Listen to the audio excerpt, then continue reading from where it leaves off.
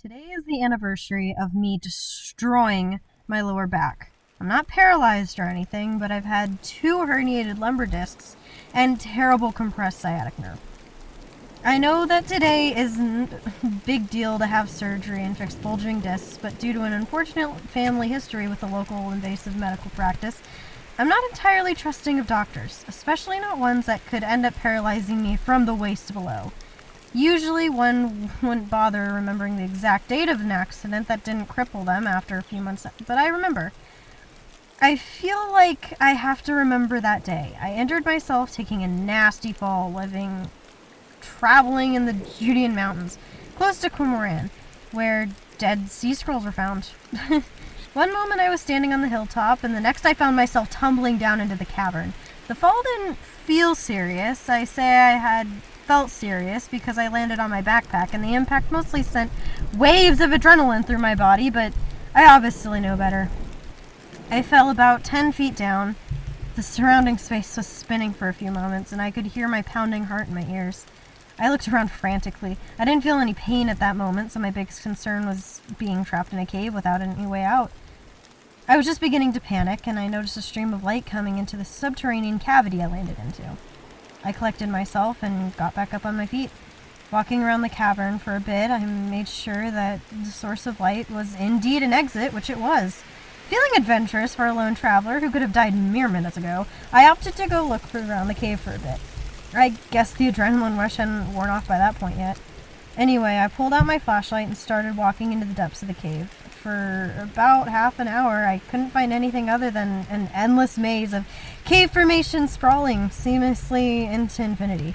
The various spiky mineral deposits forming from the floor and the roof of the cave gave it an appearance of some ominous colossal alien's maw.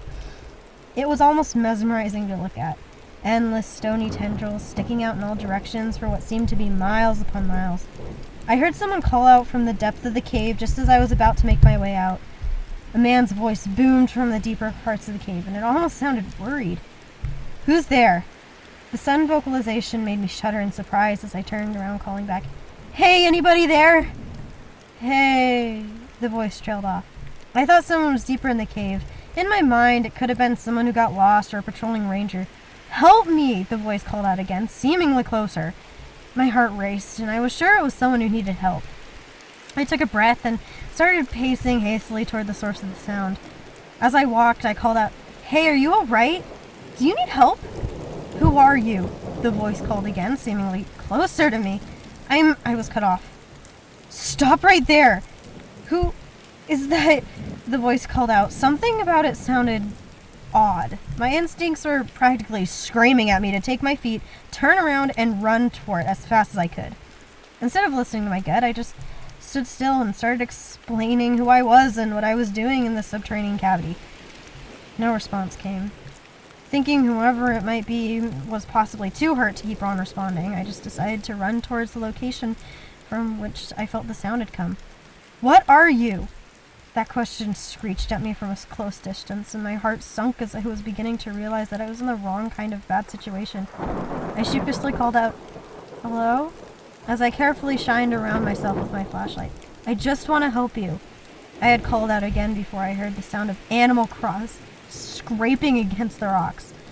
It came from above. I didn't want to look up. I knew I should just run. I knew I should have just blasted my way out of there and never looked back.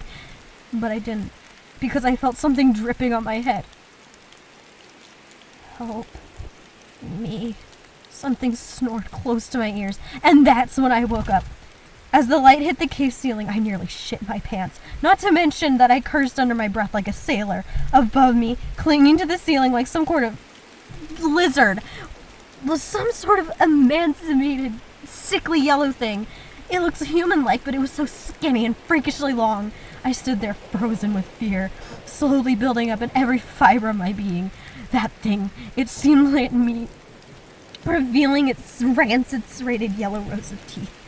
Time seemed to slow down at that moment, the same moment that I had noticed that thing had no eyes at all. There was just a terrible, stretched, sickly skin over most of its head. Without even consciously deciding to run, I felt my legs move on their own. I had managed to move a few meters away from that thing before it jumped in the air, awkwardly, disgustingly twisting its body in the air and landing on its four limbs. It stared straight at me, despite having no eyes, managing to grab a hold of my backpack. That thing tore it straight from my shoulders. I felt a tug, and then a lot of weight was taken off my back. I just ran. Assuming this thing was too occupied with my backpack, I ran as fast as I could. Moments later, I heard the noise of scraping claws on the rocky surface again, followed by more calls of help. They were getting louder and louder, which each passing moment I ran and I ran without looking back, and the cave seemed to go on forever. Eventually, I could feel the penetrating light of the sun. The exit was in sight. I was about to escape from the cave. I heard the creature call out to me, "Hear Israel." My heart sank. It uttered the opening words of the prayer. I was inches away from the exit of the cave, and a surge of sharp pain just shot through my back. It was so bad I froze, and the monster slammed me into the ground. It barked at me, scraping its bony forelimbs at my body. The weight of this thing sent further waves of agony along my lower back and leg. The pain was unbearable, but I knew I had to keep from trying to escape from this predator. I twisted and turned my body underneath that thing, and it bit my shoulder. I felt pressure on my shoulder and some liquid running down my arm. My heart pounded really loudly, and something in me snapped.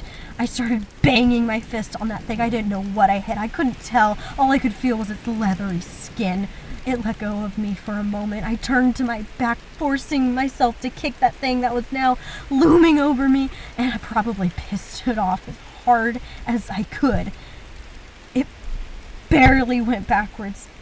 Instead, I just screeched. I didn't know how I survived. Whatever that thing was, its neck was completely twisted on itself, and it looked like it had been snapped backward, and even further making the neck muscles on that creature appear as if they were stretched 360 degrees. I kept on kicking at the abomination while slowly crawling toward the exit. I have no idea what I did. I just wanted to create some space between it and me. I felt something stab at my hip, sending in a gut-wrenching wave of neuro signals down my leg. I turned to my side as I did, and I felt my head land on a rock. Instinctively, I tossed it at the monster and resorted to pouncing at me, but I managed to roll out of its way, and it landed in the light. It screeched and howled before bouncing on one of the cave walls and scurrying away into the darkness while I let out some curse words. A mixture of fear and confusion took over my senses as chills ran down my entire body once I heard that thing mimic my speech, almost even mimicking my voice. My heart was about to burst out of the moment. I forced myself to limp out of the cavern, and I was lucky enough to encounter a couple of patrolling rangers. I told them I had fallen and gotten hurt as a result.